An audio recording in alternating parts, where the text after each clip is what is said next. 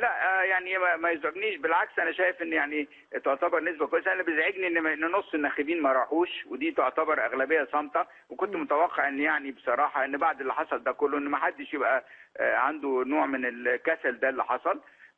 انا شايف ان النسبه بتاعت لا كانت هتزيد لو كان حصل توعيه. الوقت كان ضيق جدا وكلنا يعني ما كانش عندنا وقت نوضح للناس ليه لا وليه كل اللي بنرجوه ان مستقبل مصر اللي هيتحدد في الانتخابات اللي جايه دي ما يحصلش في نفس الكروته اللي حصلت دلوقتي. وفي حل بسيط جدا، لو ان نعمل انتخابات الرئاسه الاول ويجي شخص مدني يتولى هو اداره البلاد مؤقتا ويعمل دستور جديد، ويبقى في وقت للقوى السياسيه كلها تبقى موجوده.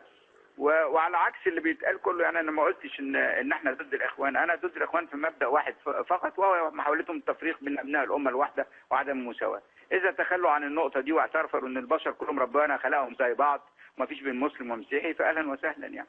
لكن احنا بنقول مش عايزين بقى كروته، ولازم القوى الوطنيه والليبراليه والشباب 25 يناير دول يجي لهم فرصه انهم يتنظموا يعملوا مع احزابهم. وانا بقول يعني انا اول الناس، احنا مش هنسيب الخناقه الجايه دي، هننزل وهنقول راينا وال 22 دول يبقوا 40 ويبقوا 50 وهنشوف بلدنا كويسه ومستقره ان شاء الله. وانا بقول يعني انا اول الناس، احنا مش هنسيب الخناقه الجايه دي، هننزل وهنقول راينا وال 22 دول يبقوا 40 ويبقوا 50 وهنشوف بلدنا كويسه ومستقره ان شاء الله.